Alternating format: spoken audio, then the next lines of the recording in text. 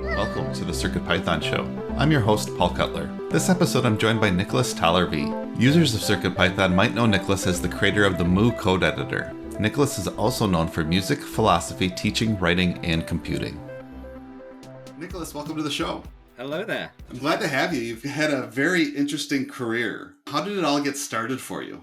Back in the 1980s, when I was a kid, the UK government decided that every school should have a microcomputer, and that was the BBC Micro. My mum and dad were both teachers, and my dad, one half term, brought home his school's BBC Micro, thinking, I'll just figure out how it works and what it does and how I can use it in the classroom. And it took about half an hour for my brother and I to sort of prise it out of his hands and for us to get going on it. It's basically started from there. And so all the way through my teenage years, I was using these sorts of 8-bit computers and things. And then I kind of got distracted with music, which I'm sure we'll come back to. And when my own children arrived on the scene, I got back into computing because it was a lot more lucrative than being a freelance musician, I can tell you. And that eventually led to some work for the BBC. The BBC, as you probably know,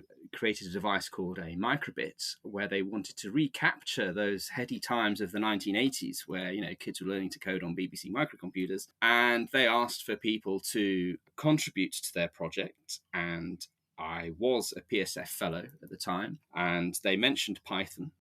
With the blessing of the PSF boards, I said, well, hey, you should talk to the PSF. I'm a PSF fellow. We can coordinate. And so I became involved in the BBC Microbit project. I wrote a lot of the software that's to do with Python for the BBC Microbit project. A lot of the documentation is mine as well, and a whole bunch of other stuff. And I got to meet an Australian gentleman called Damien George, who is, of course, the creator of MicroPython. And Damien, I don't know, it took him a weekend. He's got a brain the size of a planet, that chap, to basically get MicroPython running on this device. And so that's how I got into Python, hacking computers, the CircuitPython, MicroPython ecosystem, and it kind of all went from there, really.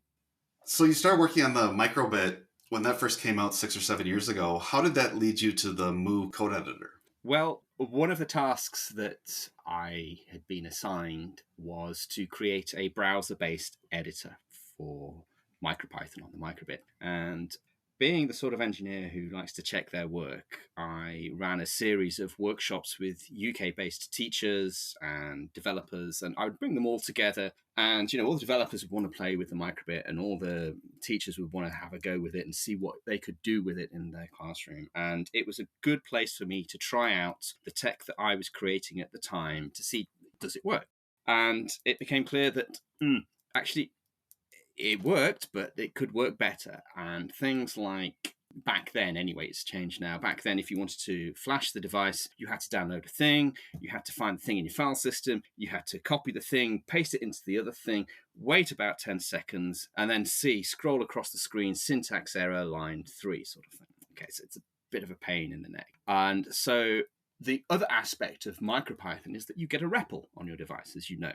And this is great for interactive programming. And when I demoed this with a hacky script that I'd created in Python, teachers were like, whoa, it's like talking to the microbit directly. I was like, yeah, absolutely. This is what Python can do. And developers enjoyed the fact that there's a REPL because it's an exploratory, playful way of getting into the hardware and seeing what it can do. So putting all that together, I decided one Sunday afternoon, how hard can this be if I were to write a very simple code editor that had a flash button instead of all the download and blah, blah, blah, jiggery pokery. You just click flash and then it just kind of worked. So you reduced the sort of dissonance in the development cycle, if you see what I mean. You were writing code, flashing, or you could drop into a REPL and then type away. And that's the origin story of Mu. And for a Sunday afternoon hack, I think I'm doing quite well. I think it's turned out great. It's the go-to editor for so many people because, like you pointed out, having access to the REPL right there makes it so much easier trying to troubleshoot or change whatever you're trying to work on. Yeah. The other aspect of Mu is because it's a beginner's editor, or it's aimed at people who are supporting beginners, we are not trying to do the big whiz-bang effects of an IDE or something like that. We just want to do the simplest possible thing so that people can graduate away from Mu and then use their VS Code or whatever it is they graduate to. But the side effect of that is it just does what it says on the tin. It means, you've only got a few buttons across the top. What does it do? It does that. Go look at those buttons and explore and play. And we've built it in such a way that it has to cope with the working practices of 11-year-old beginners. So, they are clicking like nobody's business. So we try and make Mu quite robust in that sense as well. I'm really pleased that people find it useful. Oh, it's great. You had mentioned when you first tried starting to code Mu that you were looking for an online code editor. Is that idea still in the back of your head? So the online code editor was a part of the BBC's requirement, and that ended up becoming Make Code. But the folks at Make Code have taken out the MicroPython bit of that and put in their own Python thing now. But I do know that the Microbit Foundation have a new web-based, browser-based Python editor because handily enough, Carlos, who works for the Microbit Foundation, is also one of the core Mu contributors as well. So I get to chat with him perhaps every fortnight and see what they're doing looking over the fence. So I'm very excited to see what they've been doing with that. And I've heard just yesterday from an electrical engineer friend who's been testing it that he said it's amazing. So when I see that, I'm going to be a happy little chap. You and me both. It's great to see that there's continuing innovation in that space. Yeah, absolutely. You're active in music making. What is your music background? Okay, so the part of the UK where I grew up is, I guess, well, it's called Up North, really. And up north, there's lots of, coal mines and pits and all that sort of stuff. And each of those villages has a brass band. And I grew up, there was a band in my village, and I'm a tuba player. The way music education works in the UK is once folks realize that you're enthusiastic about music or talented about music, you're kind of put on a pathway of what's called the grading system, where it's a bit like belts in martial arts, really. You start with your white belt and 8 or 9 belts later, you're a black belt. It's the same sort of thing in the UK and other Commonwealth countries as well. And so I was put in one end of this sausage machine and went round and round and round this mechanism, and out came Nicholas attending the Royal College of Music. It's one of the world's top music conservatoires, really. I wasn't really expecting to get there, but they let me in. And within about 6 months of arriving, I realized that actually a professional musical life wasn't what I wanted to do. I wanted to do other things, but I wanted to complete my degree. I met my wife while I was there, which is the best thing that came out of that. And I also worked as a freelance musician for a few years after graduating, and importantly, as a music teacher, which is what all musicians do when they want to have a stable salary, because clearly being a freelance musician is the worst job in the world if you want to earn regular money. So that's my background. So I'm a tuba player. How is learning to code and learning music similar? That's an awesome question. To learn to play, I don't know, something like a tuba or a violin to a very advanced level takes many years of practice, sustained effort, self-analysis, if you see what I mean. You have to think about what it is that you're doing, reflecting on not only how are you holding the instrument, but how are you engaging with the music. It means learning from lots of different people. It means putting yourself into lots of interesting situations, like playing in an orchestra or playing in a string quartet or a brass band, and blah, blah, blah, blah. All of these things. And the music world knows this. And so there are structures in place, like the grading system we mentioned, that help you get from scratching away and entertaining the local cats to, I don't know, being Nicola Benedetti, a virtuoso concert violinist, as it were. Okay. Now, the coding world has yet to catch up with this, but I think we could all agree that to become a good coder takes a long time. It requires self-reflection. It requires getting experience by learning from others, and all those kind of similar things to the music world apply to becoming a good coder. Sadly, in the coding world, you'll see, learn Python in 3 months. And, learn Perl in 24 hours, or everything you wanted to know about JavaScript, but were afraid to ask in 4 easy lessons, or blog posts or books to that effect. And that's great. We want people to feel empowered to learn to code, But I also feel a little bit sad that actually what they're being sold is a bit of a false promise. You know, you and I and anybody listening or watching will know that coding is, I don't know, 99% being frustrated at why the damn thing doesn't work and finding out on Stack Overflow, and, you know, maybe 10% actually writing code. It takes the acquisition of a certain sort of mindset and skill set that gets you to a place where you can be effective and autonomous as a software developer. And I think us in the coding world could learn a lot from the music world as a result of that, because they're both very similar trajectories. I didn't learn to code until I was older, and I came across this. I wish I could give credit to whomever said it, but they said, I'm not self-taught, I'm community taught. And it really stuck with me because as someone who was, quote unquote self-taught, how much I've learned from other people. Yeah. And one of the reasons I started the podcast was how much help I got around CircuitPython a year or two ago when I was starting, and realized, okay, that kind of a community is so important. And just to shout out to the folks at Adafruit who have helped build this community and guide this community. What they are doing is, best in class. They are phenomenal at this, and we could all learn from the way they do their community management, the way they welcome people, the way they organize things, and just the way they embody what it is to be a friendly coder in the community is something to behold. I have a list of names that I'm thinking of, and I'm sure you have, and they might even have been guests on your podcast, but I won't embarrass them by mentioning them now. But, awesome work at Adafruit. Great stuff. Keep it up. Your current passion project is called Code Grades, directly based upon your music education. Yeah. Tell me a little bit about your project. Okay, so I have spent since 2012 an awful lot of time thinking and working in coding education. Actually, 2009, that's when I set up the Python Code Dojo, where beginner coders got together. I set up the education track at PyCon UK as well, and did a whole bunch of other stuff. It was actually going to meet Dan, CircuitPython Dan, in Boston on a train journey that I had the idea of, well, what would music education look like if we taught it like we teach coding? Learn the tuba in 24 hours, everything you wanted to know about the violin, but were afraid to ask in 3 months or 4 easy lessons. That's not going to fly. Would you hire a musician to play at your wedding if they've just been to a 3-month boot camp? That sort of question. Okay. So that led me to ask, well, how could I flip that table and flip the tables and say, what would coding education look like if we did it like we do music?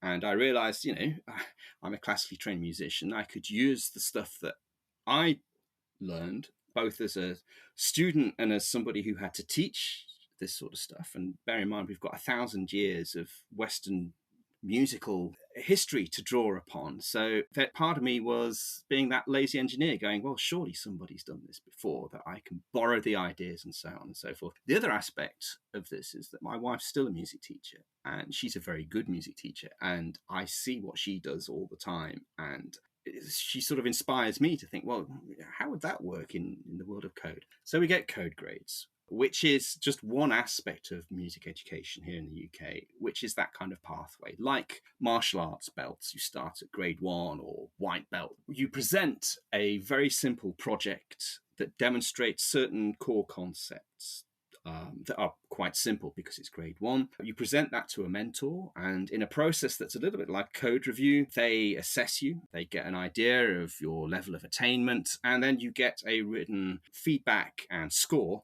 at the end. So you've passed your grade 1 with a marker of 75, which is a pass with merit. And you go, oh, that's good. And at that point, the requirements for grade 2 come on your radar and feel within reach. So it's like stepping stones. If you were to look at grade 8 or black belts, and you're from the perspective of a white belt or a grade 1, it would look impossible. But by going through all this process of the stepping stones, you're moving towards gradually a place where you feel that you can do those things. And the other aspect of this, which I have personal experience of, is that it's a great antidote to imposter syndrome.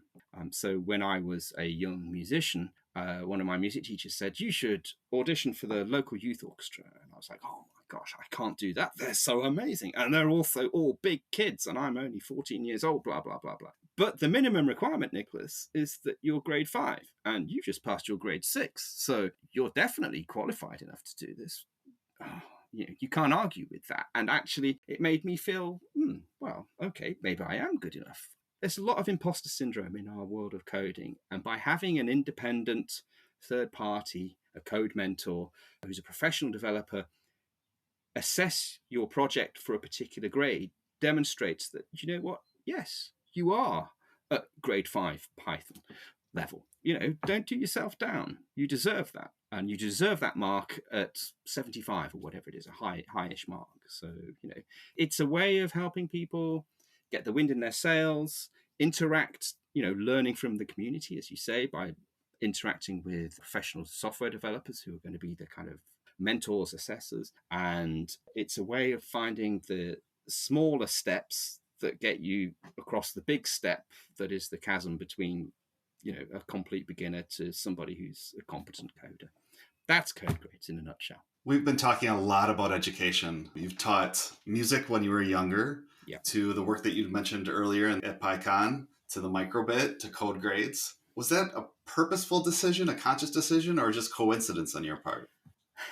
50-50. I'm a very intuitive sort of a person, so I follow my nose. And perhaps the places where I go orient me more towards perhaps educational things, or show that that's the case. But I have this theory: when I want to learn something, actually I try and teach it as well, because in order to be able to teach the thing, you have to have internalized what it is that you're trying to teach, and you have to understand it well enough that you know how to make analogies or use metaphors, or given that this is a particular sort of beginner, I'm not going to blind them with all this science. I know which of the simple concepts to introduce them to without overburdening them, or what order to introduce those concepts. And that clarity of thinking is a really great way of learning yourself. So teaching is a great way of learning. And I often say to folks, well, let me try and explain that back to you and tell me when I'm an idiot, when I've got this wrong. And that just works for me. I guess,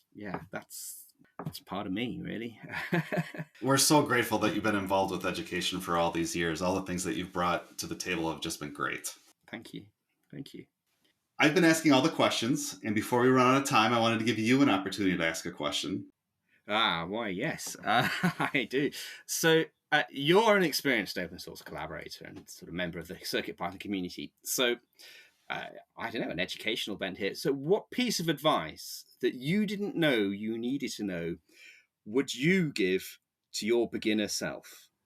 Okay, so this feels very Donald Rumsfeld, kind of, there are known knowns, there are known unknowns. What's your kind of unknown that you now know? And you've touched on it, and it's kind of simple. It's just do it. Jump in the deep end. Put that imposter syndrome aside, and it sounds so much easier to do than it is. I understand that. But I was lucky to have a mentor in open source when I first started in the GNOME community, and that was basically her advice was just go do it. This is open source. No one's going to turn you away. The very rare project that's toxic and isn't open to newcomers who want to help. The best advice I can give you is reach out to someone, tell them you want to help, or submit that pull request, submit that patch, write some documentation, help with project management, marketing. There's so much more to coding in open source projects than just coding as well. That would be something I would tell myself, because I didn't know how to code when I first got involved, which didn't help with the imposter syndrome either, because everyone else around me could code. But honestly, that's the one thing I wish I knew then, that I hadn't waited as long as I did to get involved. And those are some lifelong friendships I've made in the open source community. And it means so much to me. And this is just, one small way of giving back via the podcast. I was just going to say, and here we are. Exactly. Nicholas, last question for you. You're going to start a new project. Which microcontroller are you going to reach for? Circuit Playground Express. It's kind of the mothership, as it were. It's the first CircuitPython board that I became familiar with. It's the one I used in the MicroPython book that I wrote for O'Reilly. Limor and her colleagues at Adafruit have put so much cool, funky stuff on something that's so small. I wanted to do an example project on CodeGraze. The thing I thought of was using one of these with a COVID mask to do a kind of emoji type thing. You could make with the LEDs, NeoPixels, make it look like it's smiling or it's frowning. It has to be this. It's so fun. It's so easy, and it's so cool. I couldn't agree more. It was the first CircuitPython device I bought, and it was a gateway. It just opened up all these doors for me. Nicholas, thanks so much for being on the show. You're welcome. Thank you for having me. Thank you for listening to the CircuitPython Show. For show notes, transcripts, and to support the show, visit circuitpythonshow.com. Until next episode, stay positive.